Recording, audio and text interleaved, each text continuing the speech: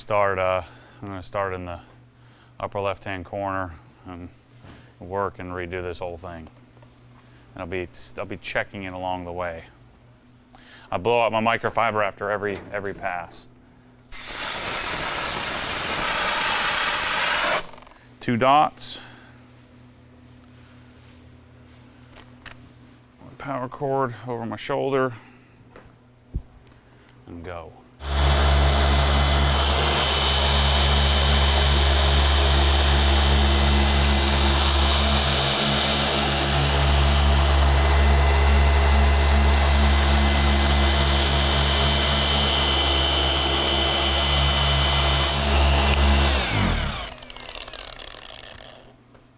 So I'm going to end up grabbing the 3-inch, work around here.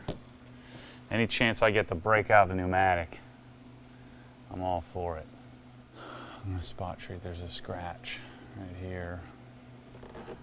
Try a pneumatic.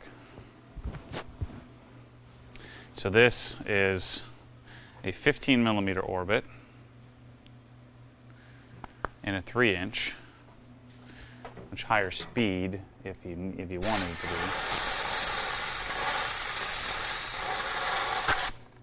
Prime my pad. You don't want to go crazy with too much polish, but we want to make sure we've coated all the fibers.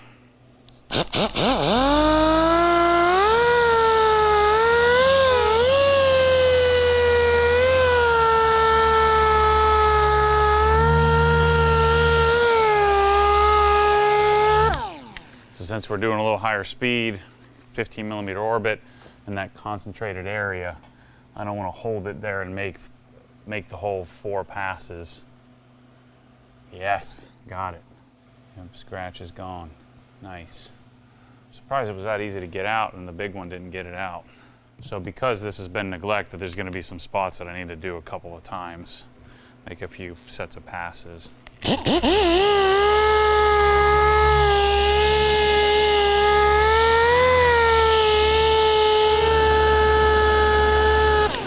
I'm actually able to use the overhead lights with this blue pretty well. Crap, why don't those scratches show up here? We can't see them. I can't see them, can you? The straight line ones? No, I see the swirls. Yeah, so this is a pretty aggressive spot here. We'll turn the lights back on. There's actually a lot of straight line. Looked like someone threw their bag up on the front of the hood or something like that. Just slid it. So we're gonna work those. So we theoretically ought to be able to get these out, no problem. They don't look super deep.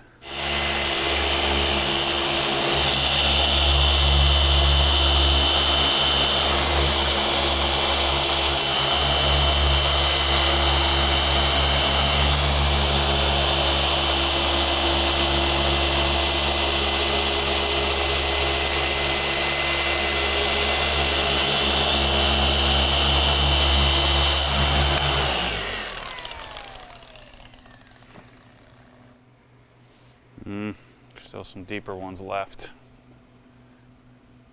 Well, we got it most of the way out. Looks like there's only one deeper one left. There's another one right here. So what I'll do is I'll take and mark it with some polish. Starts here. This is a trick I learned from Todd Cooperrider. One there and there. I don't know, I just feel like I can spot treat these better with the 3-inch.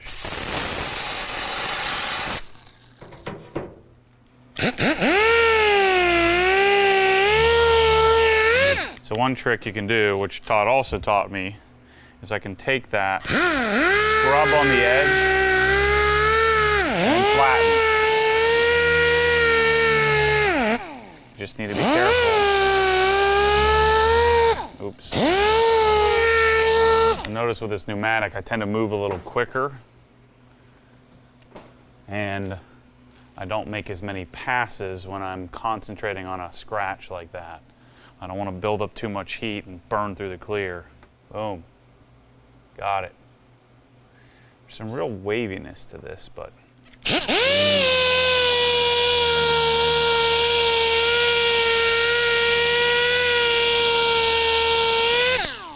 So we'll call that 1.5 worth of passes to get that out. I like to work from the center out, that way in case I lean on it.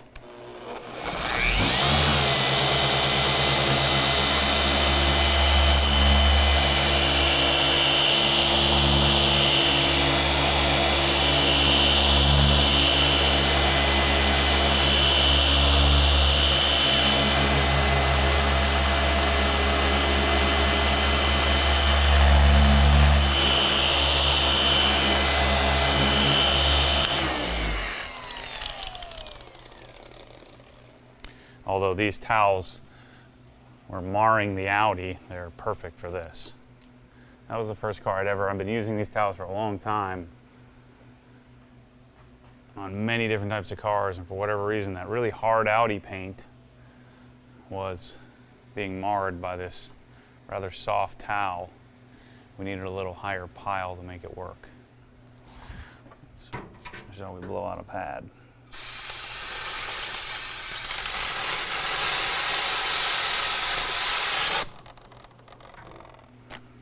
Okay, so I'm gonna work on this. I'll come and we'll get some footage of edge work here. So I'm gonna do the bulk of the hood, and then we're gonna come back and work on some of this edge work stuff, and I'll bring you guys in a little closer and show you how we bring the pad up to the edge. All right, so I'm getting up close to the edge here. Because I have this, I might as well use it. This is a Kamikaze tool that we take, and I have 2 of them, so I have a bigger one, which is designed for doors, and I have a smaller one which is designed for your hood and your trunk. I think the smaller one's going to work pretty well here. So I take and attach this. I take and attach it like so.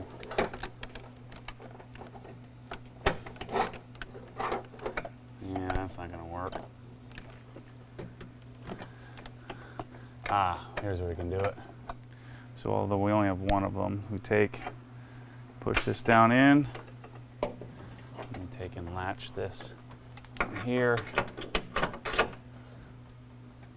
Be nice if I had 2 of them. I'll just move it from side to side. But so now I don't have to worry about hitting the panels. I can come right up to the edge and really get solid edge work done. But I'm working my way down here, and then I gotta work on this separately. So I've been treating the bulk panels separately. So come up. Because this is an easy edge to get to, I'm just gonna use the big machine. So this is one of those areas where, you know, your tendency is just roll it over. But the problem is edges tend to peak.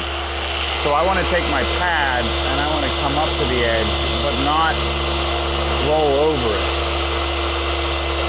To make sure I get all the scratches and swirls off of the edge. Now that I think about it, I want the little tool for here. Same thing here on this piece. I want to roll into this, scoop into it because it kind of curves up a little bit. I don't want to just park the machine on top of that peak there. Notice I'm also rolling it, following the curve of the panel.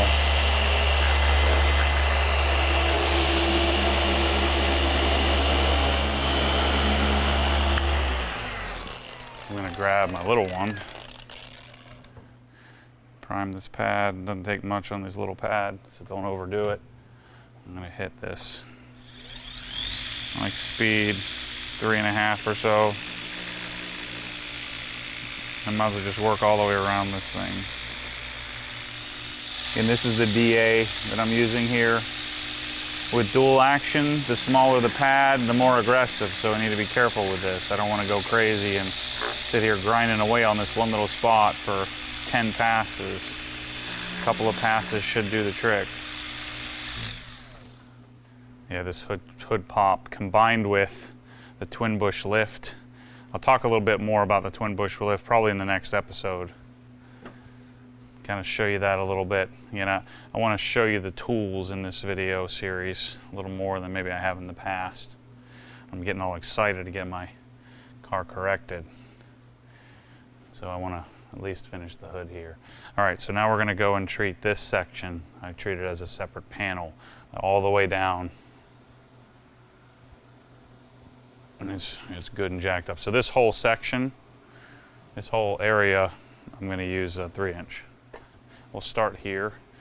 And so you want to try to, what you're looking for is, you'll see it here. All right, see how the pad, how there's, and this is a good example in the 3-inch, because the 3-inch pads really overhang the 3-inch backing plate. But see how the backing plate, how there's a good, 1/8 of an inch or so hanging over the edge. And so what happens when I start to exert pressure, so when I start to push on the pad kind of rolls over like so, over the edge, or kind of curves over the edge of the backing plate. And so if you think about that, the actual edge of the pad is not the edge of the correcting surface. The edge of the correcting surface is where the backing plate ends. And you can see it when we're spinning, and hopefully we can capture this on camera. But you can see how you can basically see where the pressure ends, or where the backing plate ends. And so I want to bring the edge of the backing plate up to the edge of the panel, not the edge of the pad, because the edge of the pad is not doing any work. It's not doing any correcting. So I'm going to treat this small area with a 3-inch. The same thing happens here. I don't want to come to the edge of the pad. I want to come to the edge of the backing plate, so I get into the edge here. So I get all the way to the edge rather than missing that spot. Same thing happens if I come and I just roll over. So, or if I let the pad come all the way over, there's generally a peak on the edge, and so then the pad kind of lifts and cups and misses. You're missing the area. And so the way to do this is to bring the edge of the backing plate up to the edge of the panel. So I don't want to just roll over or hold the pad like this, because I'm missing the edge. And I also don't want to stop right here. I want to stop on the edge of the backing plate. So can you see that here?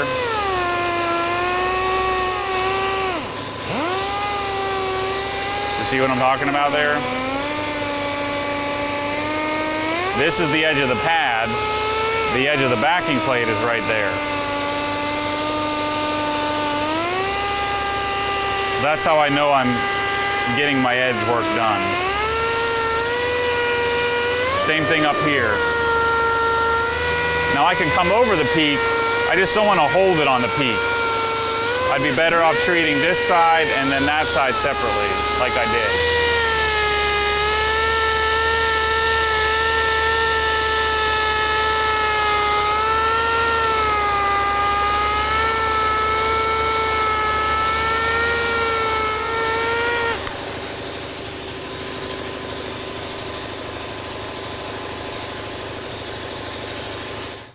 Okay, glass. I want to hit this with some compound just to be safe. I mean, I don't know if there's a coating on here or if there's something on the glass.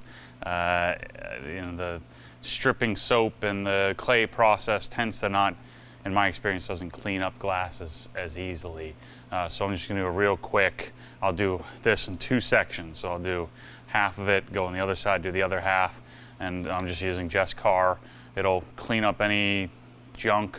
It's not really going to remove any scratches or pitting or anything like that. It's mainly just to clean up the surface and hopefully remove whatever glass sealant or coating is on here, if there is any.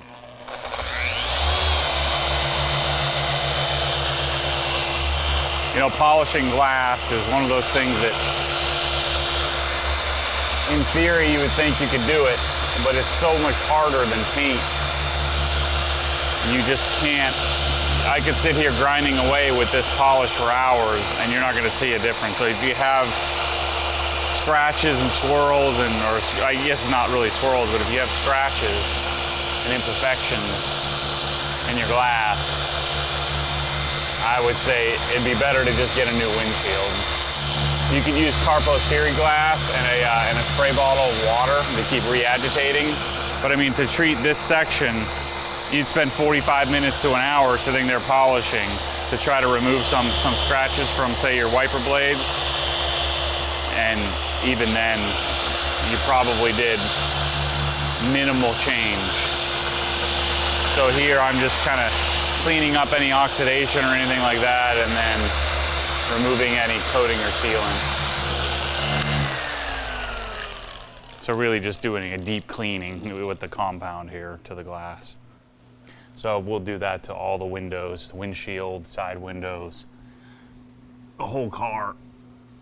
And then we'll wipe it down with an eraser before we do the Wolf's treatment to it later on in the process. So that's how we do glass. All right, so here's what a typical BMW or any car's shadow line trim looks like, this black trim. So we're gonna correct this out. I may need to get a white pad out. We didn't compound this. You don't really need to compound it. It's really soft. Generally pretty easily correctable.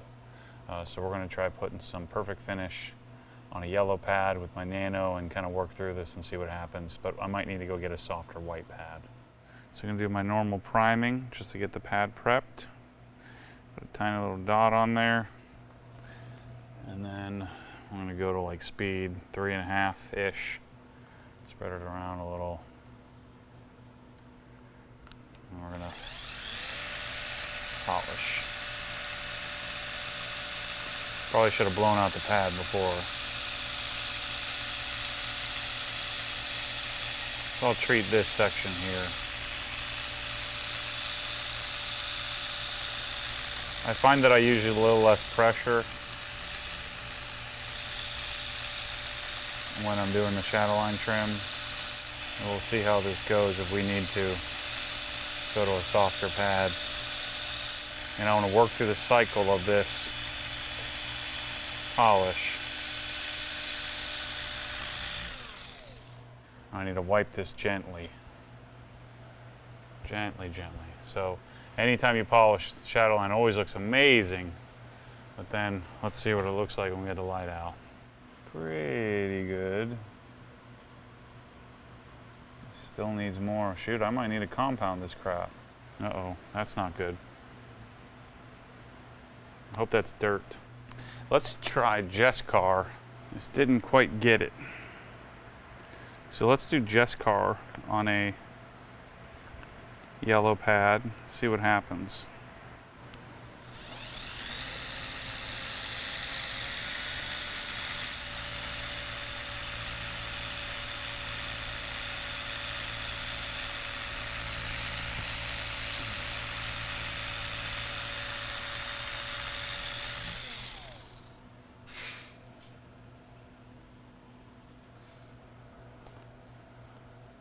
Yeah, we keep picking up black.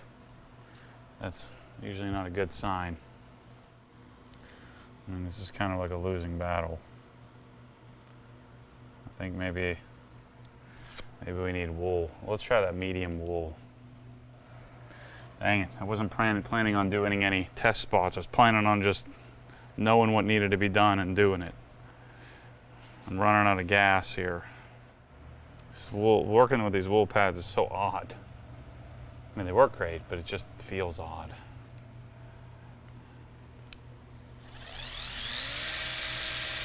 Oh boy.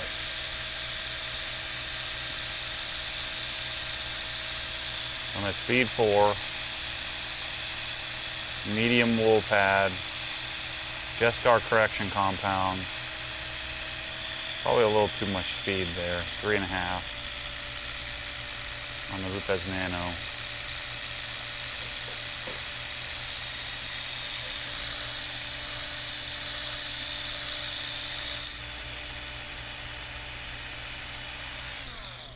Now this, I think, theoretically would leave some haze behind, since it's wool, but who knows?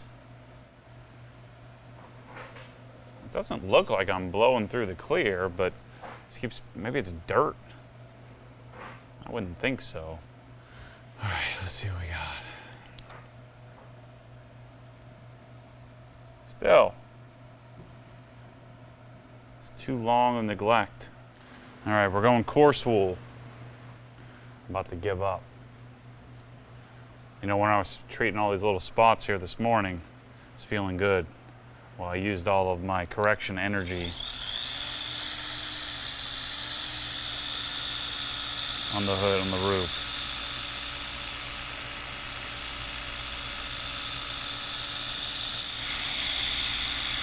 See, here's the problem. I mean, Shadowline trim normally just kind of gets surface scratches, but this has like deep scratches in it. Just beat up. I guess they're just not going to come out.